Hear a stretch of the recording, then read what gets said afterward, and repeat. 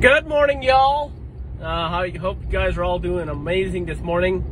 Sorry about the shaking. It's a little bit. I just got a brand new phone holder, and I'm still trying to get used to this thing and how to get it to not shake. I'm still working on that. But today I want to talk about, is anything really impossible? And the answer is no, not with God. In Matthew 19:26, it says, "With God, all things are possible."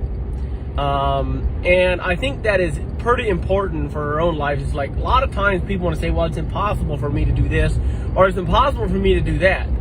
And so yesterday I was working and I was thinking to myself, it's like, is impossible really impossible? Like, you know, we say that it's impossible to put a gallon of water in a pint jar. Well, technically, that is inaccurate.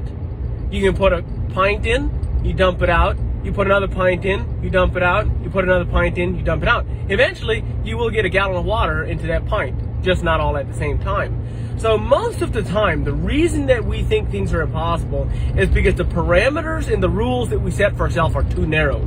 They are so narrow that we literally cannot think big. We cannot do things in a new way. We cannot grow. We cannot, and so it's only impossible at our current level. It is only impossible with our current beliefs, and is only impossible with the way that we're currently believing. So all things are possible with God. So I want to talk a little bit about, I think it's important that we change our beliefs. If we change our beliefs, this is why personal development is so important, is because our beliefs will make the things that were currently not possible in our life will become possible in the future. Things are sometimes impossible where we currently are, but in the future they will be possible if there's a couple things. Now, in Proverbs 23:7, it says, "As a man thinks in his heart, so is he." So if you want to become an absolute top-notch athlete, then the mindset of that top-notch athlete has to become your mindset. You have to become, in your mind, you have to become that. And the same way it goes when we want to become a contractor, for example. Like, our mindset has to become like a successful contractor. What does it take to become a successful contractor? Well, it's actually quite simple, but it's not always easy, but it is quite simple. For example, people want to say, well, what does it take to become a successful entrepreneur, like a successful contractor? Well, first off, what customers want is they want confidence. You have to have the confidence that you can take care of the thing. In order for you to have the confidence, you actually need to be able to take care of the customer.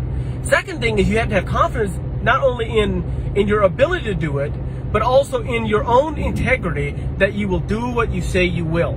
You have to have confidence in yourself that you can do what you say that you will. 3, it is great to have that.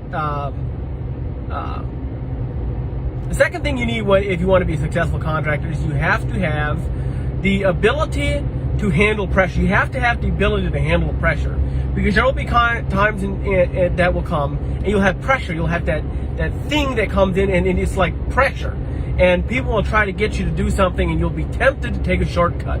But we have to have the absolute confidence in ourselves that we will absolutely do what it takes. We will not bow under pressure, and we will do whatever it takes to take care of that customer. If there's a leak and the customer's yelling at you over the phone, guess what you do? You get up in the middle of the night, you drive out there, you take care of that leak.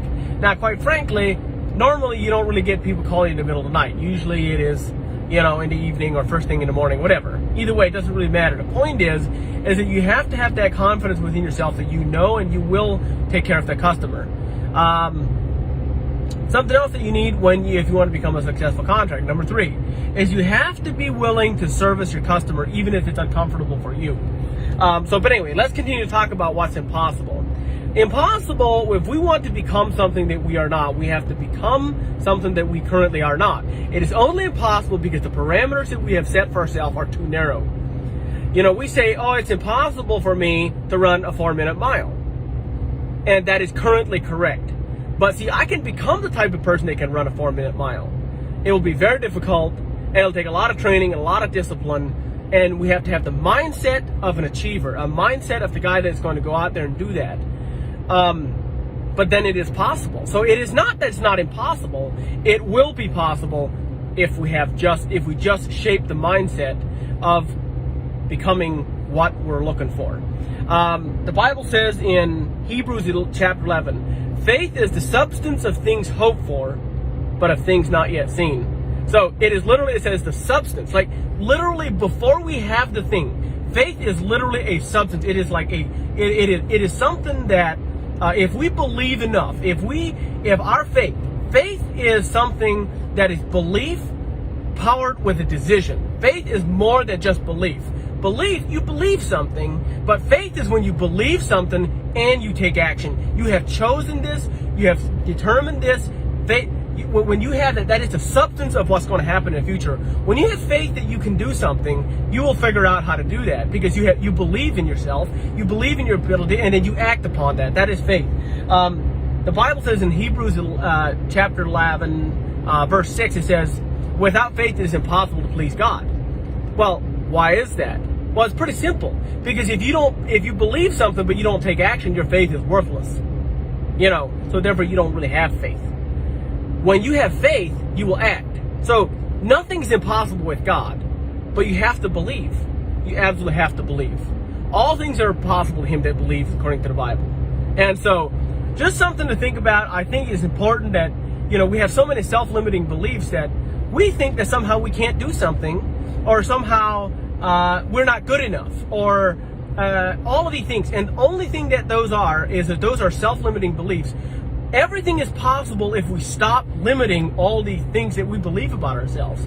The funny thing is, during 2020, there was people that said, "Oh, it is impossible." We have something with roofing that's called preferred contractor status, and there was plenty of people that were currently or previous year preferred contractors that said, "You know what? I'm sorry, that's impossible to make it this year." But see, their own self-limiting beliefs kept them from doing it. But people who had never done it before in their life went and on that year made it the first time. So I believe that when you truly believe in something, when you believe that you can do something, you will figure out how to do it. Because you allow the parameters to open. You think creatively. You say, well, what does it take? How can I do this? But anyway, hey, I'm just so inspired about this. I was just thinking about, we somehow think things are impossible. And we are like the proverbial glass. We cannot do something. It is correct. We cannot do something if we continue to be where we're at today. If we continue to believe what we believe, if we're not willing to change, if we're not willing to grow, then that is absolutely true. So if you want to have a loser life, stop believing you can do anything. So anyway, hope you guys have an incredible day. Thanks for listening. We'll talk with you next time.